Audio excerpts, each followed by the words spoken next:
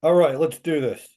Today on the Sanfilippo project, I am joined by Erica McKenzie and Kristen Ulrich. They are two of the admins for a new kind of private chat group, Sanfilippo related, called Does My Child Have Sanfilippo Syndrome? There's been a lot of activity on that, and I'm sure there's probably been questions and sort of how the whole thing works, who writes in.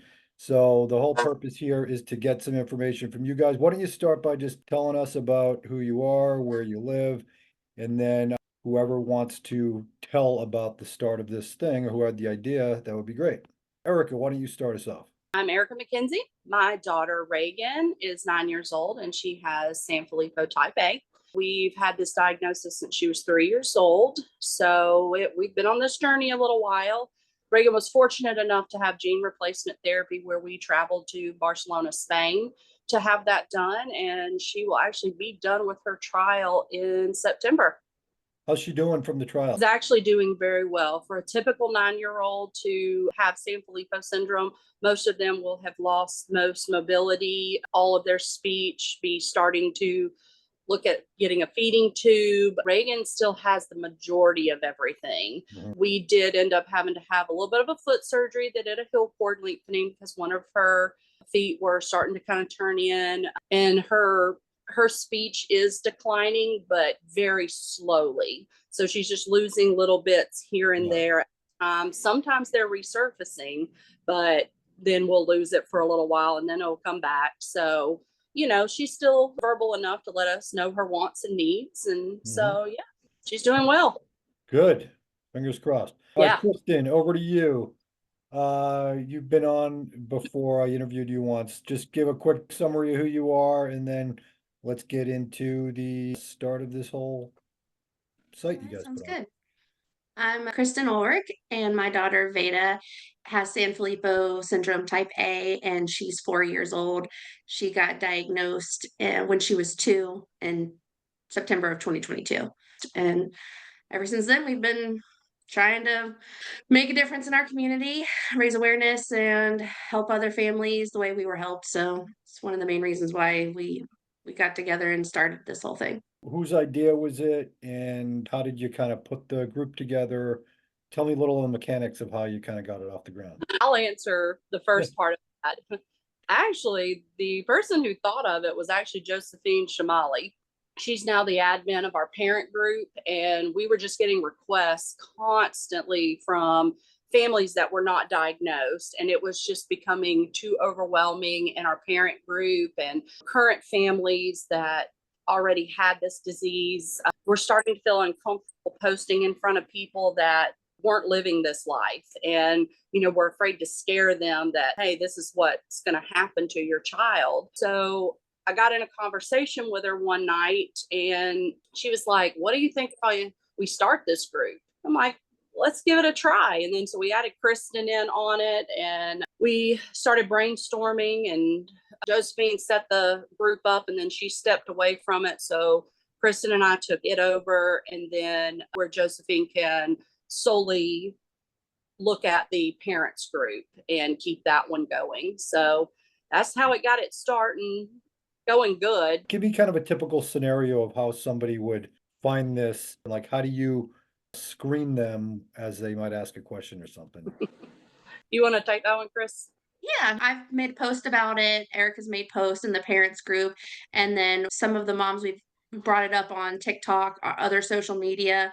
And so I think that when there's scared parents looking for some kind of comfort and to talk to somebody about it, they're like, "Oh, there's a Facebook page." And if a parent's worried that they have a child with Sanfilippo, they go into all of their social medias and they look up Sanfilippo, and that might be one of the groups that pop up. Does my Right. child have Sanfilippo? Because it is a public.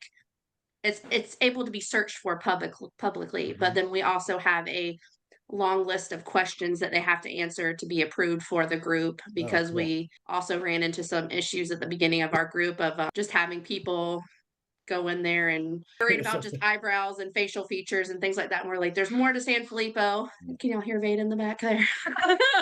But we have a bunch of questions that they have to answer, and we can decline them, give them feedback, tell them, hey, you have to answer this in full before we can approve you for the group. My guess would be one of the pushbacks on it would be that it like potentially scares the crap out of people. And it's different people chiming in basically on looking at facial features and some information. Like, so how do you kind of balance that? You can't be almost too confident because you're not doctors, but how do you kind of balance that and how does that work out? Well, I made a post in our parents groups that, letting them know, hey, we have this group.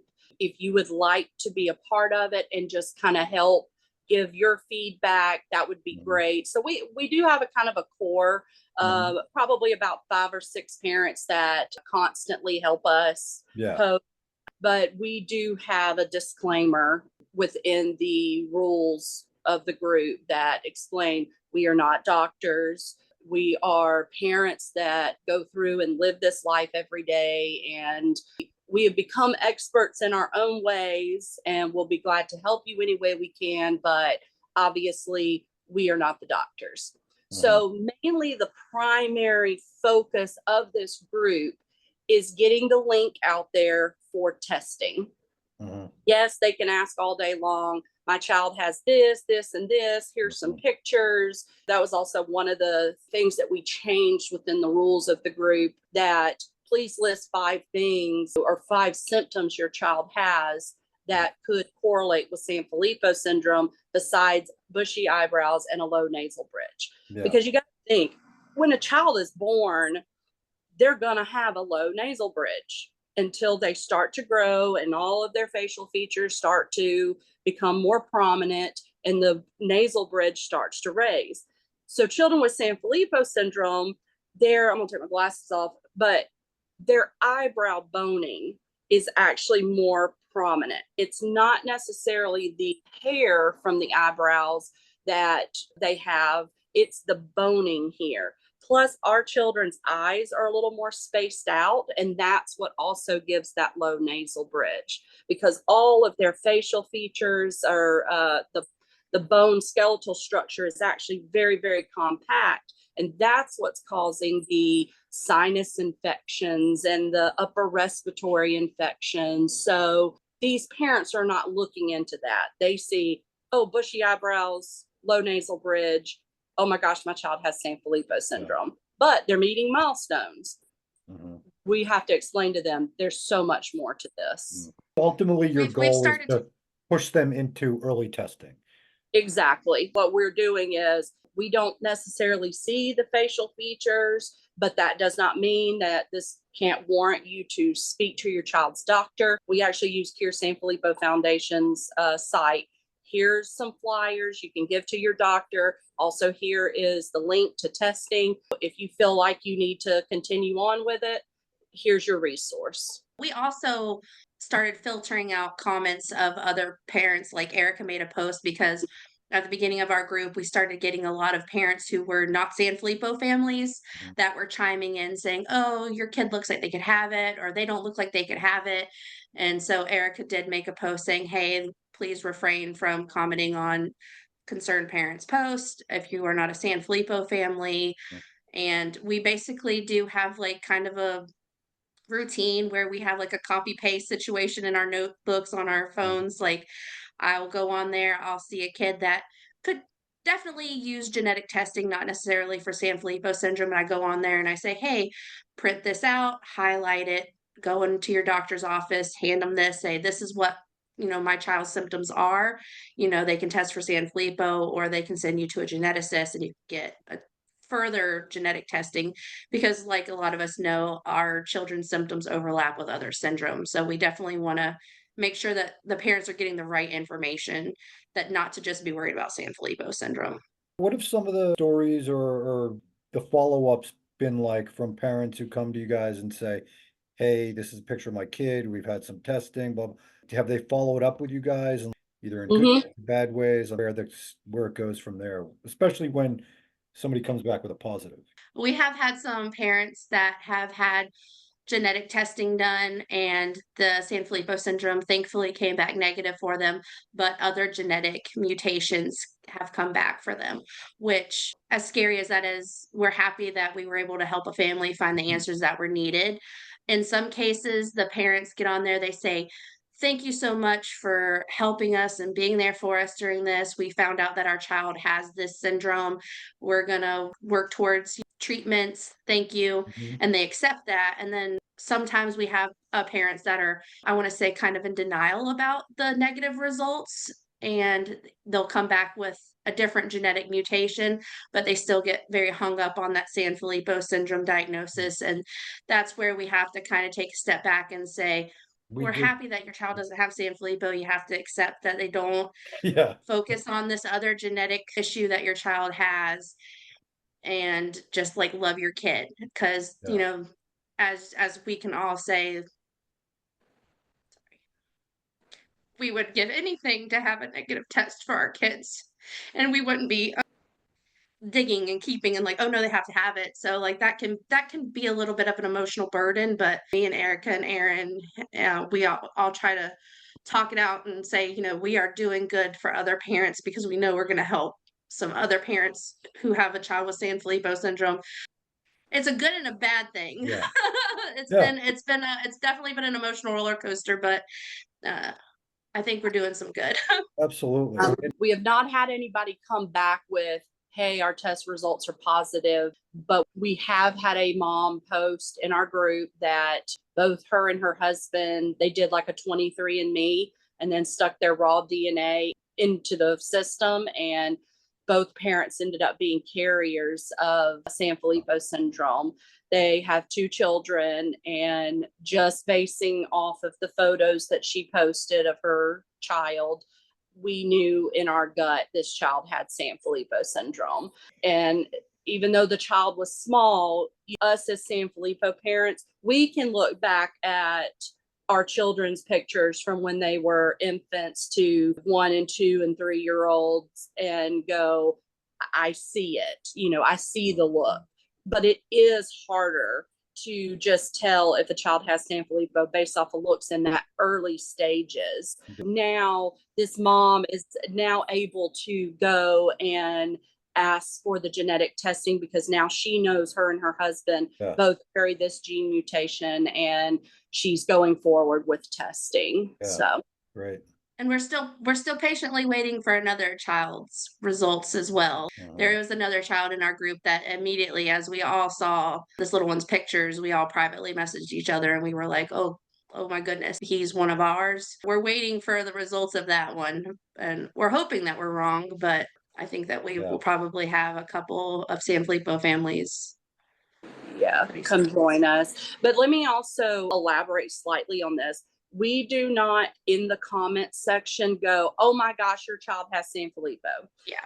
We start to say, yes, those are features of Sanfilippo syndrome. This is the symptoms that your child is experiencing are very parallel to Sanfilippo syndrome, and we highly recommend testing. Now, myself or Kristen or Aaron, we do try to make sure that families are not private messaging us, because it can get out of hand. But if we feel led to reach out to a family, we have done that a couple of times on a few of them that we just feel in our gut something is definitely not right. I reached out to a mom that I spoke to on the group that I'm not 100% sure that it's Sanfilippo. I mean, there's a small percentage just based off symptoms alone, but she was having such a hard time with her doctor not listening to her and saying something is not right with my child. He is regressing, and they're just being flippant and, pushing her off. Well, thankfully, she's only 4 hours away from me in the state next to me. And I know a MPS mom in that area, and was able to say, hey, what doctors did your child see? And she said, he saw X, Y, and Z. They're great doctors. They're going to listen. And I was able to give that mom that information. And she's now in contact with those new doctors that hopefully they can get to the bottom of what's going on. Yeah. Yeah. I have found in our own experience too, like there's a pushback, and it seems like unreasonable from doctors on like almost expressing a certainty that somebody doesn't have something, and it's like, but you were wrong, dude. Like, unless you're like so certain of your medical opinion, How do you do that? Because you could cause somebody 5 to 7 years of not knowing. Yeah, we've had some parents like that. I know one parent that their child didn't get diagnosed till they were almost 13 years old because the doctor kept pushing back on, no, he just has autism. He just has autism. So, And I have experience with that with Veda because her first doctor completely disregarded all of my concerns and I knew something was wrong. I went and got a second opinion. It took a while, but we got the answers. And whenever the parents in the group are saying, "Hey, my doctor's giving me pushback," I will verbatim tell them what to say. I'm like, you go in there, you tell your doctor your concerns, you show them the information to their face. If they disregard your concerns, say, "I want you to put it in my child's chart that I brought up these concerns. You told me it was nothing to worry about." And 9 times out of 10, because I work with doctors, they're going to say, "Fine, let me order it." And then if for some reason they don't, I tell people, I'm like, go get another pediatrician Yeah. because do you really want a doctor like that taking care of your kids? yep.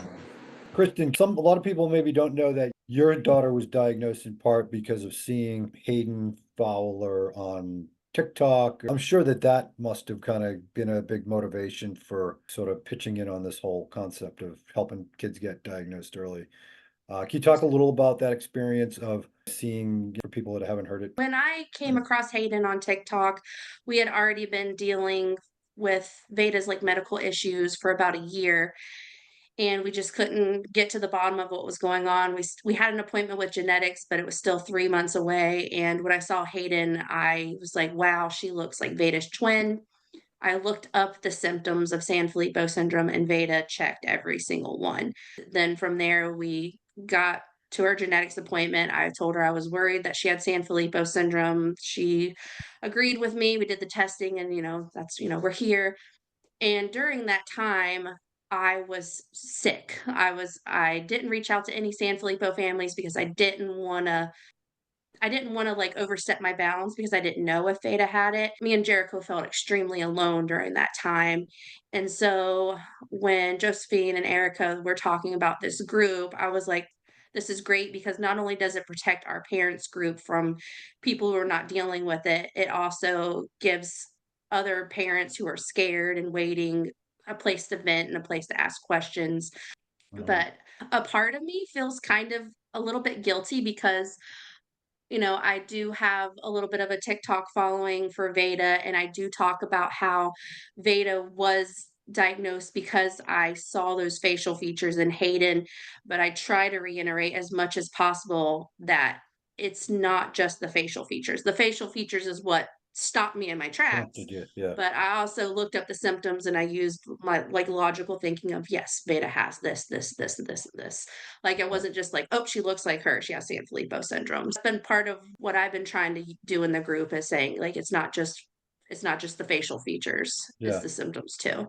Let me kind of add to mine and Kristen's background in Mhm. what we do for a living. Yeah, I that'd don't be do it great. anymore, but Kristen does ultrasounds. And so with her having that background in working with doctors and things like that, she's able to explain on a medical side some things to people, like the distended belly and the fact that you do, like I said, Kristen, a lot of ultrasounds of livers and spleens and all that kind of stuff, Mhm. where I actually have a background in ophthalmology. That's why I'm used to always looking at the eyes and knowing what we're kind of looking at. And we had patients that would come in and they had the eyes that were spaced, and so I know what I'm looking at when I'm Yeah. looking for spacing or not. So that also does help. And like like she was saying, we both work for doctors, Yeah, and you guys have professional credibility in that you've been around this stuff for a while. And Erin is works in pharmaceutical. yep, I believe she's a pharmacist, right? Or pharmacist tech. it's something like yeah, she works in So she pharmacy. has Oh, she that's has the awesome. So you background when guys it comes to actually have, medications. oh, so you guys have like legit like experience Yeah. and yeah, I think it's great. Like even when I'm occasionally just looking on the site when I like something comes up, it is a really good way to just learn. Even as Sanfilippo parents, like we can just all learn from each other Mhm. and from all these conversations with these other families. So let's say somebody watches this and wants to actually just take a look at a group and throw some questions out there. If they have a kid like that, where would they go? Like, did you just Google it? You go to Facebook? What? Where can they find this group? They can go to Facebook, and like Kristen was saying earlier, if they just put in the word Sanfilippo syndrome or just Sanfilippo in general, it's going to pop up any type of group that uses that word. So it probably shows the parents of Sanfilippo, and then I believe we're second of does my child have Sanfilippo syndrome? By leading off with the does my, that kind of is a trigger to them to say, hey, I think this is the type of group that I need to be in. And one more question, where do you generally send people to go to learn more about Sanfilippo syndrome? Cure Sanfilippo Foundation. Cure Sanfilippo Foundation. That's why, like I said, when we're posting to these families, we send them that link, and it's the link for doctors, and it's got a couple of flyers of this is the symptoms that you need to be looking for, possibly even some of the facial features, but mostly symptoms. And then here's testing. So that way these families are at least getting to the Cure Sanfilippo website, and then they're able to, also do a lot of their own browsing. And we do encourage that. It was Erica's genius thinking. We also encourage parents to research a little bit more before even joining the group, because they do have to answer questions and give at least 5 symptoms that are not anything to do with facial features, and a couple other questions about Sanfilippo syndrome that they would only know if they were starting to do Otherwise, some you research. guys would have an impossible job of trying to weed out this. Yeah, like We have some few that crazy enough, right before I got on here, I did have a mom I had to end up responding to, because they keep posting. And so know which one you're talking. We're losing we're losing them within all of these posts, and he's now hung back up on these eyebrows. And so I had to be bad guy, and I don't like confrontation, but I had to end up putting on there, please make sure that you're listing all symptoms within your post. Please make sure that you're limiting yourself to the one post. The second post is for, you're allowed to make a second post for results. So we are trying to keep everything as streamlined as possible. So it's just not this free for all. And Kristen and I, and we're not, our heads are not, and Aaron's heads are not spinning, because we're constantly looking through. Now, I will say this, not at fault of a Sanfilippo family at all. The People magazine article that came out about one family, it kind of stirred up some stuff, and in the community of people that think there's something wrong with their children. So it did create an influx, and which then prompted us to kind of take a step back for a minute, see how we needed to restructure the group. And I think we're on a really good structure. For example, I did have a gentleman that reached out wanting to, join the group, and he said, I think I have Sanfilippo syndrome.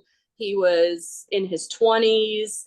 He did list some, symptoms and stuff, but, he did not have cognitive decline like that would be the first person I've ever heard. I'm like, you're not if I have it. Yeah. You have Sanfilippo, but I was able, in my decline to him, put on there, hey, I really don't think you have this syndrome. However, you may have one of the sister, NPS syndromes that, maybe you're really attenuated with. And so I gave them the National NPS Society as well, to say, why don't you go look this place, and they will be glad to answer any questions for you. We do take into account that there are a lot of people, especially mothers, with medical anxiety.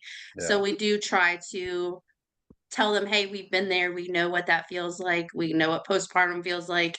We know what being worried about your child having something is like. So we do try to calm people down. But I think that the way that we have all gotten the group with the questions and trying to limit people posting, especially about just eyebrows, I think the group's definitely starting to get where we want it to be. Well, I think what you're doing is awesome. I think the whole community appreciates it. I know it's a lot of work, and so I just wanted to give you guys a place to highlight it, and I'm gonna post about it as soon as I get around to editing and all this stuff. But so thank you Nice. guys. Appreciate it. Thank you. Thanks, Mike. Yeah, you got it. Hopefully I'll see you guys in person eventually. If I ever Yeah. come down to NPS your neck of the conference. woods. Yeah, come to the conference. I can't only this Yeah. year because I got other stuff, but maybe hopefully next year. Oh,